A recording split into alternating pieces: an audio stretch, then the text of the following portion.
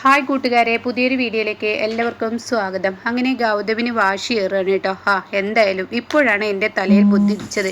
എന്തായാലും ഞാൻ പറയുന്ന ഇക്കാര്യം നടക്കാൻ പോവുകയാണ്. എന്തായാലും കറക്റ്റ് സമയത്ത് തന്നെ വിളിച്ചു എന്ന് പറഞ്ഞിട്ട് ഗൗതം ഇങ്ങനെ നടന്നു പോകുമ്പോൾ ഗൗതമിൻ്റെ ബാക്കിൽ ഒരു ലോറി വരുന്നുണ്ട് കേട്ടോ. അങ്ങനെ ഗൗതം അതറിയാതെ ഇങ്ങനെ നടന്നു പോകുന്നു. പിന്നീട് ആ ലോറി വന്ന് ഗൗതമിനെ അങ്ങ് തട്ടിയിടുന്ന രംഗാണ്. ആ സമയമാണെങ്കിൽ പാറു ചായ കുടിക്കാൻ എങ്ങനെ എടുത്തിട്ടേ ഉണ്ടാവുള്ളൂ, അതന്ന് കയ്യിൽ നിന്ന് വഴുതി വീഴാണ്. അപ്പോഴേക്കും പാറു, ഈശ്വര എന്തോ ഒരു ആപത്ത് സംഭവിച്ചു. അത് കേട്ട് നിർമ്മല, എന്താ ഈ പറയുന്നത്? കയ്യിൽ നിന്ന് ഗ്ലാസ് വീണു എന്ന് കരുതിയിട്ട് എങ്ങനെ ആപത്താവും? അതെ, എൻ്റെ കുഞ്ഞിന് എന്തോ ആപത്ത് സംഭവിച്ചു. അപ്പോഴേക്കും നിധി അങ്ങോട്ടേക്ക് ഓടി വരികയാണ്. എന്താ എന്താ പ്രശ്നം? അതെ, പാറുവിൻ്റെ കയ്യിൽ നിന്നും ഒരു ഗ്ലാസ് വീണു. ചായ ഗ്ലാസ്സാണ്, അത് ചൂട് കൊണ്ട് വീണതായിരിക്കും. പക്ഷെ എന്ന് കരുതിയിട്ട് ആപത്ത് എന്നൊക്കെ എന്തിനു പറയുന്നു എന്നൊക്കെ ഇങ്ങനെ പറയാൻ കേട്ടോ. ആ സമയം നിധി പറയണേ, ശരിയാണ് എൻ്റെ അമ്മ, എന്തിനാ അതൊക്കെ പറയുന്നതെന്ന് പറയുമ്പോൾ നിധിയുടെ ഫോൺ അടിക്കുന്നു കേട്ടോ. ഉടൻ തന്നെ നിധി ആ ഫോൺ എടുക്കാൻ വേണ്ടി ഓടുകയാണ്. അങ്ങനെ അതെടുക്കുമ്പോൾ ഇത് ഗൗതമിൻ്റെ നമ്പറിൽ നിന്നാണല്ലോ, ഗൗതം ഇപ്പോൾ പോയതല്ലേ ഉള്ളൂ, പിന്നെ എന്തിനാ വിളിക്കുന്നതെന്ന് കരുതിയിട്ട് ഫോൺ എടുക്കുക. ഹലോ ഗൗതം, പറയൂ എന്ന് പറയുമ്പോൾ ഒരു കോൺസ്റ്റബിൾ ആയിരിക്കും കേട്ടോ. ഇത് ഗൗതമല്ല, ഞാൻ ഇന്ന പോലീസ് സ്റ്റേഷനിലെ കോൺസ്റ്റബിളാണ്. എന്താ താൻ പറയുന്നത്? അതെ, ഇത് നിങ്ങൾ വെറുതെ കളിപ്പിക്കുകയാണ്. അല്ല, ഞാനൊരു ഹോസ്പിറ്റലിൽ നിന്നാണ് വിളിക്കുന്നത്. ഗൗതമിന് വളരെ സീരിയസ് ആണ്.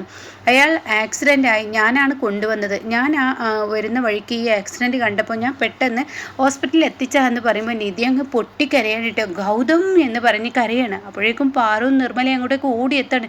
എന്താ പറ്റിയത്? എന്താ കാര്യം? എന്താ പ്രശ്നം എന്നൊക്കെ ചോദിച്ച് അവരിങ്ങനെ മാറി മാറി ചോദിക്കുമ്പോൾ ഉടൻ തന്നെ പിന്നെയും കരയുകയാണ് കേട്ടോ. ഗൗതം എന്ന് പറഞ്ഞ് വീണ്ടും ആവർത്തിക്കുകയാണ് കേട്ടോ. അങ്ങനെ ഈ ഗൗതം എന്ന വിളി അങ്ങ് കേൾക്കുമ്പോൾ ഉടൻ തന്നെ അവർ, ഈശ്വര, എൻ്റെ കുഞ്ഞിന് എന്താ സംഭവിച്ചത് എന്നൊക്കെ ഇങ്ങനെ പറയുമ്പോഴേക്കും നിർമ്മലയുടെ ബോധം കെട്ട് വീണു കേട്ടോ. അപ്പോഴേക്കും പാറു പെട്ടെന്ന് വെള്ളം എടുത്ത് നിർമ്മലയുടെ മുഖത്ത് തെളിക്കുകയാണ്. ഇതേ സമയം ലൈനിൽ തന്നെ തുടരുന്നുണ്ട് കോൺസ്റ്റബിൾ. അങ്ങനെ കോൺസ്റ്റബിൾ, ഹലോ, ഞാൻ പറയട്ടെ. അപ്പോഴേക്കും നിധി ഫോൺ എടുത്ത് വേഗം പറയാണ്, ഹലോ, ഇത് നിങ്ങൾ ഏത് ഹോസ്പിറ്റലാണ്? എന്താണ് സംഭവിച്ചത്? ഗൗതമിന് എന്തെന്ന് പറയൂ എന്നൊക്കെ പറയുമ്പോൾ ഉടൻ തന്നെ കാര്യങ്ങൾ അവർ പറയുകയാണ് കേട്ടോ. ഗൗതമിന് വരുന്ന വഴിക്ക് ഒരു ആക്സിഡൻറ്റ് സംഭവിച്ചു. ഗൗതം ഇങ്ങനെ നടന്നു പോവുമായിരുന്നു. ഒരു വാൻ വന്ന് തട്ടിയിട്ടു. പക്ഷെ ആ വാൻ ഏതാണെന്ന് എനിക്കറിയത്തില്ല. ഞാൻ പിറകെ ഉണ്ടായിരുന്നു. ഞാൻ ഗൗതമിനെ രക്ഷിക്കുന്ന ആ ഒരു ഇതിൽ ഞാനത് നോക്കിയില്ല. അപ്പോൾ അത് കേട്ടുടൻ തന്നെ ചോദിക്കുകയാണ്, അല്ല, ഗൗതം വരുന്ന വഴിക്ക് എന്തെങ്കിലും സംസാരിച്ചോ? അയ്യോ, അതൊന്നും ഉണ്ടായില്ല. വരുന്ന വഴിക്ക് ഗൗതമിൻ്റെ ബോധം പോയിട്ടുണ്ട് എന്ന് പറയാൻ കേട്ടോ. ഇത് കേൾക്കുന്ന നിധിക്ക് സങ്കടം സഹിക്കില്ല. നിധി പൊട്ടിക്കരയാണ്. പാറു, നിർമ്മല ഇവരിങ്ങനെ മാറി മാറി കരഞ്ഞുകൊണ്ടിരിക്കുകയാണ് കേട്ടോ. അങ്ങനെ പാറുവും നിർമ്മല ഇങ്ങനെ കരയുമ്പോൾ ഉടൻ തന്നെ നമുക്ക് പെട്ടെന്ന് സിറ്റി ഹോസ്പിറ്റലിലോട്ട് പോവാം എന്ന് പറഞ്ഞിട്ട് അവർ സിറ്റി ഹോസ്പിറ്റലിലോട്ട് പോകാൻ ഒരുങ്ങുകയാണ് കേട്ടോ. അങ്ങനെ ഈ സിറ്റി ഹോസ്പിറ്റലിൽ പോകുന്ന ആ ഒരു സമയമൊക്കെ അവരിങ്ങനെ പൊട്ടി പൊട്ടി കരയുന്നുണ്ട്. അപ്പോൾ ഇവരുടെ കൂടെ അവിടെ അടുത്തുള്ള ഒരാളും കയറിയിട്ടുണ്ടാവും കേട്ടോ. നിങ്ങളിങ്ങനെ സമാധാനപ്പെടും, 3 പേരും ഒരുപോലെ ഇങ്ങനെ കരഞ്ഞു കഴിഞ്ഞാൽ എങ്ങനെയാണ്? വ്യക്തിയെ കാണാൻ പോകും, നിങ്ങൾ ആരെങ്കിലും ഒരു സമാധാനം കൊടുക്കണ്ടേ? ആ വ്യക്തിയെ കണ്ടാൽ ഇതിലേറെ കരച്ചിലായാൽ ബുദ്ധിമുട്ടാണ് എന്നൊക്കെ പറഞ്ഞിട്ട് ഹോസ്പിറ്റലിൽ ഇറക്കി കൊടുക്കുകയാണ്. അങ്ങനെ ഹോസ്പിറ്റലിലോട്ട് ഈ 3 പേരും ഇതേപോലെ തന്നെ കരഞ്ഞുകൊണ്ട് ചെല്ലാണ്. അങ്ങനെ അവിടെ ഒപ്പിൽ ചോദിക്കുകയാണ്, എവിടെയാണ് ഗൗതം കിടക്കുന്നത്, എവിടെയാണെന്നൊക്കെ ഇങ്ങനെ ചോദിക്കുമ്പോൾ കോൺസ്റ്റബിൾ, ഹലോ, നിങ്ങളാണോ ഗൗതമിൻ്റെ ആളുകൾ? അതെ, ഞങ്ങൾ തന്നെയാണ്, ഞാനാണ് ഇങ്ങോട്ടേക്ക് എത്തിച്ചതെന്ന് പറയണം. അപ്പോൾ അയാൾ പോലീസ് വേഷത്തിലായതുകൊണ്ട് തന്നെ അവർക്ക് പെട്ടെന്ന് തിരിച്ചറിയാണ്. പിന്നെ ഇത് ചോദിക്കുകയാണ്, എന്താണ് സത്യത്തിൽ ഗൗതമിന് സംഭവിച്ചത്? അപ്പോൾ അയാൾ പറയാണ്, ഞാൻ ഡ്യൂട്ടിക്ക് പോകാൻ വേണ്ടി പോകുന്ന സമയമാണ്. ആ സമയമാണ് വഴിയിൽ വെച്ച് ഈ ഒരു ആക്സിഡൻറ്റ് കണ്ടത്. ആ സമയം ഞാൻ വാൻ ഏതാണെന്നൊന്നും നോക്കിയില്ല. ആൾക്ക് നല്ല സീരിയസ് ആണ്. ഇനി ഞാൻ എന്തായാലും പോട്ടെ, ഉത്തരവാദിത്തപ്പെട്ട ആളുകളെ ഏൽപ്പിച്ചു. ഇത് ഗൗതമിൻ്റെ ഫോൺ എന്നും പറഞ്ഞിട്ട് അവിടെ നിന്ന് പോവുകയാണ് കേട്ടോ. ഈ സമയം നിധി എവിടെയെന്ന് ചോദിക്കുമ്പോഴേക്കും സിസ്റ്റർ അങ്ങോട്ടേക്ക് എത്തുകയാണ്. അത് ICUവിൽ ഉണ്ടെന്ന് പറയാണ്. അപ്പോൾ നിധി ആണെങ്കിലും ഇങ്ങനെ എന്താണ് ഗൗതമിൻ്റെ അവസ്ഥ എന്നൊക്കെ ഇങ്ങനെ ചോദിക്കുമ്പോൾ ഉടൻ തന്നെ അപ്പുറത്ത് പാറു പറയാണ്, ഞാൻ നിങ്ങളുടെ കാല് പിടിക്കാം. അപ്പോൾ നിർമ്മലയും പറയാണ്, കാല് പിടിക്കാൻ, ഞങ്ങൾക്കൊന്ന് ഗൗതമിനെ കാണണം എന്ന് പറയണേ. ആ സമയം എന്തായാലും പരിശോധിച്ചും കൊണ്ടിരിക്കുകയാണ്. നല്ല ബ്ലഡ് പോയിട്ടുണ്ട്, ആൾക്ക് കുറച്ച് സീരിയസ് ആണ്. നിങ്ങൾക്ക് അത്ര കാണണം നിർബന്ധമുണ്ടെങ്കിൽ ഈ ഗ്ലാസ്സിലൂടെ അങ്ങ് നോക്കിക്കോളൂ എന്ന് പറഞ്ഞിട്ട് ആ ഗ്ലാസ്സിലൂടെ അങ്ങനെ കാണിച്ചു കൊടുക്കണം കേട്ടോ. ഈ സമയമാണെങ്കിലോ ഗൗതം എന്ന് പറഞ്ഞിട്ട് നിർമ്മല ഒരു ഭാഗത്ത്, നിധി ഒരു ഭാഗത്ത്, പാറു ഒരു ഭാഗത്ത്, 3 പേരും ഓരോരോ ഭാഗങ്ങളിൽ നിന്ന് പൊട്ടി പൊട്ടി കരയാണ്. അങ്ങനെ ആ ഡോർ ഇങ്ങനെ പിടിച്ച് പിടിച്ച് പൊട്ടിക്കരഞ്ഞുകൊണ്ടിരിക്കുകയാണ് നിർമ്മല മോനെ, നീയില്ലാതെ എനിക്ക് കഴിയില്ലടാ, നീയില്ലാതെ എനിക്ക് കഴിയില്ല, നീയാണ് എൻ്റെ ജീവിതത്തിലെ ഏറ്റവും വലിയ മനസ്സുഖം, നീയില്ലാതെ ഇനി ഞാൻ എന്താ ചെയ്യുക, ഞാൻ എന്താ കാണിക്കുക എന്നൊക്കെ പറയുന്നുണ്ട് കേട്ടോ. അപ്പുറത്ത് പാറു അതേ മാനസികാവസ്ഥയെ നിധിയാണെങ്കിൽ ഗൗതം നീ എന്നെ ഇട്ടിച്ച് ഇങ്ങനെയൊക്കെ വരികയാണോ, ഞാൻ എന്താ ചെയ്യുക, എനിക്ക് ഗൗതമില്ലാതെ ജീവിക്കാൻ കഴിയില്ല എന്ന് നിധിയും പറയുന്നു കേട്ടോ.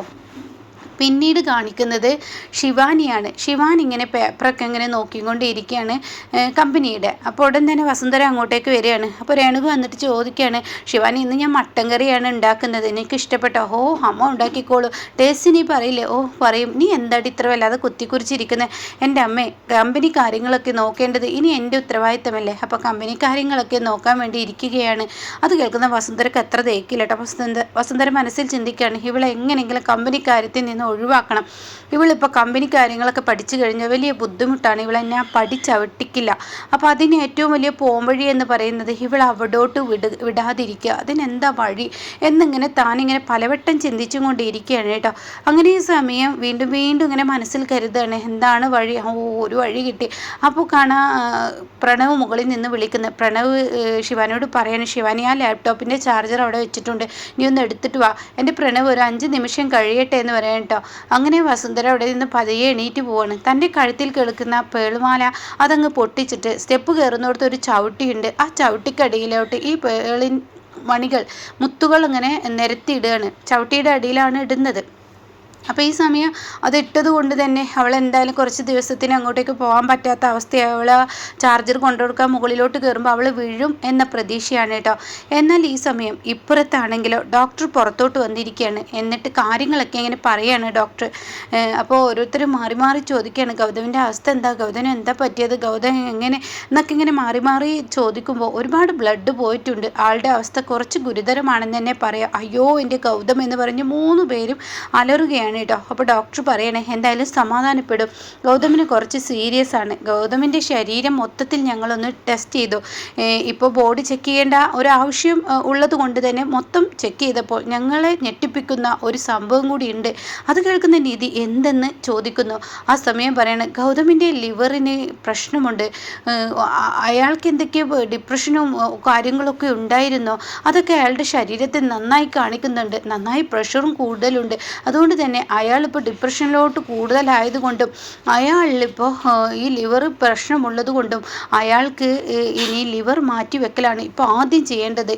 എങ്കിൽ മാത്രമാണ് അയാളെ രക്ഷപ്പെടുത്താൻ കഴിയുള്ളൂ.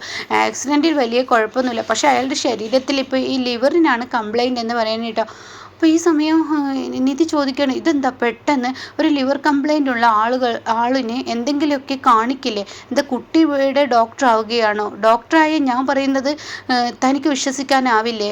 കാരണം എന്തെന്ന് വെച്ചാൽ ഒരാൾക്ക് എന്നും ഒരേ ലക്ഷണങ്ങൾ കാണിക്കണമെന്നുണ്ടോ? പലവരുടെയും ശരീരത്തിൽ പല ലക്ഷണങ്ങളല്ലേ വരിക, ചിലവർക്ക് കാണിച്ചില്ലെന്ന് വരില്ലേ? അങ്ങനെയൊക്കെ പറയുമ്പോൾ നിധി ആകെ പെട്ടുപോവുകയാണ് കേട്ടോ. അപ്പോൾ ഡോക്ടറോട് നിർമ്മല പറയണേ, അയ്യോ എൻ്റെ കുഞ്ഞിനെ രക്ഷപ്പെടുത്തണം. ആ സമയം അതാണ് നമുക്ക് വേണ്ടത്, രക്ഷപ്പെടുത്തുക. അതിന് ഇങ്ങനെയുള്ള സംസാരങ്ങൾ ഒഴിവാക്കൂ.